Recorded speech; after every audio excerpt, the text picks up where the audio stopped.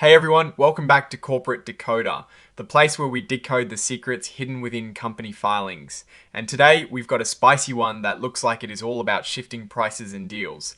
Let's dive in. Ever wondered what goes on behind the scenes when companies make big financial moves? Well, this report gives us a peek into just that, focusing on some interesting amendments to prior agreements. This report is from Fusemachines Inc, a company that operates in the technology space. It is a current report, meaning it is highlighting specific events that have happened recently. We see some standard company identification details here, like where they are incorporated and their official filing numbers with the CC nothing to Earth. Shattering, but good for context. Now, let's look at what kind of securities are registered. Fusemachines Inc has common stock, and they also have warrants that allow people to purchase shares of their common stock. These are both traded on the Nasdaq Stock Market LLC, which is a well-known exchange. An interesting note here is that Fusemachines Inc is an emerging growth company. This means they get to follow some lighter regulations compared to older, bigger companies, and have more flexibility with certain accounting standards. This is where things get juicy. This section is all about a significant agreement the company has entered into. It is talking about a forward purchase agreement that was initially made back in July of 2025. This agreement involves parties like Meteora Capital Partners and others, and it is basically a deal related to buying or selling shares and warrants. The key here is that they've now amended this agreement. So on the 3rd of February 2026, they made an amendment to this forward purchase agreement. What did this amendment change? Well, it adjusted the termination price. Think of this as the price at which warrants or shares can be issued. Initially, it was set at a fixed $12, but the amendment changed this. Now, the termination price is not fixed anymore. It is going to change each week. It is set to be the lower of the original $12, or get this, the average price the stock traded at in the previous week. This is a dynamic pricing mechanism, meaning the price can go down if the stock value drops, but it won't go below a certain reset price floor. This adjustment means that any shares or warrants issued under this agreement will be split into two groups or tranches. One group will have a lower limit of $5 and the other will have an even lower limit of $2.5. This sounds like a way to manage risk and provide more flexibility depending on how the stock performs. But wait, there is more. Not only did they amend the forward purchase agreement, but they also amended a separate warrant agreement. The original exercise price for these warrants was $12 per S-hair. Now, they've lowered that exercise price to $10 per S-hair. This makes it cheaper for the warrant holders to buy the company's stock. Looking at the exhibits, we can see the actual documents that detail these amendments. Exhibit 4.1 is the warrant amendment, Exhibit 10.1 is the original forward purchase agreement, and Exhibit 10.2 is the amendment to that agreement. These are the legal documents that lay out all the specifics. This section just lists the exhibits filed with the report, which we just touched on. It is basically an appendix to the filing, and the report is signed by Sam Imarski, the Chief Executive Officer, on the 4th of February 2026. Now let's connect these dots and see what this all means for Fusemachines Inc.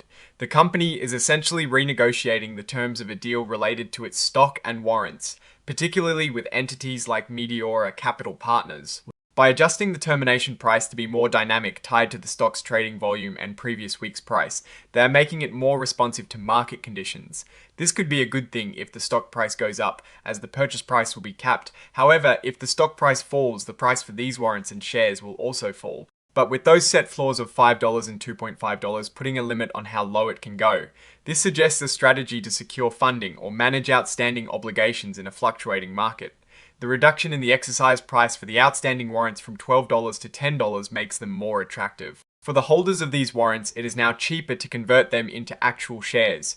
This could signal a belief from the company that their stock price has potential to exceed this new, lower exercise price.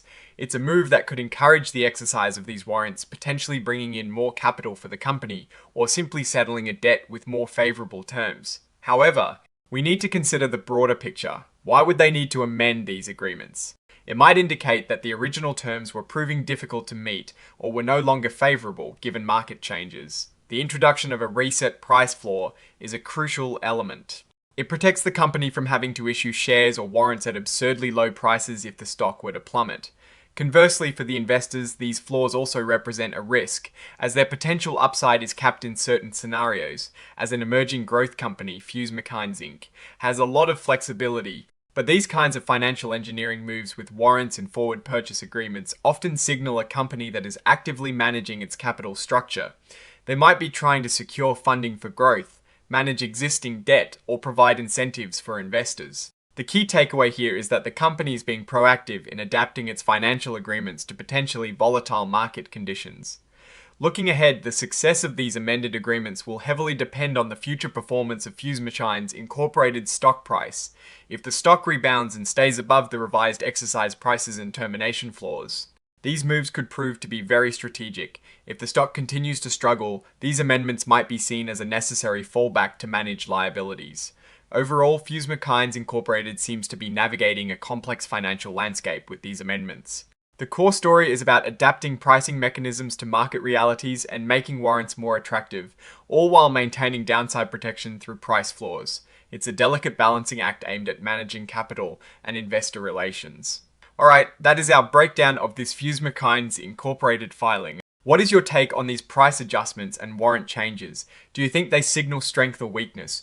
Drop your thoughts in the comments below. If this analysis was valuable, hitting that like button really helps us out, and subscribing ensures you don't miss any future deep dives. And don't forget to check out our Discord community linked in the description for more insights and discussions. Thanks for watching, and we'll see you in the next one.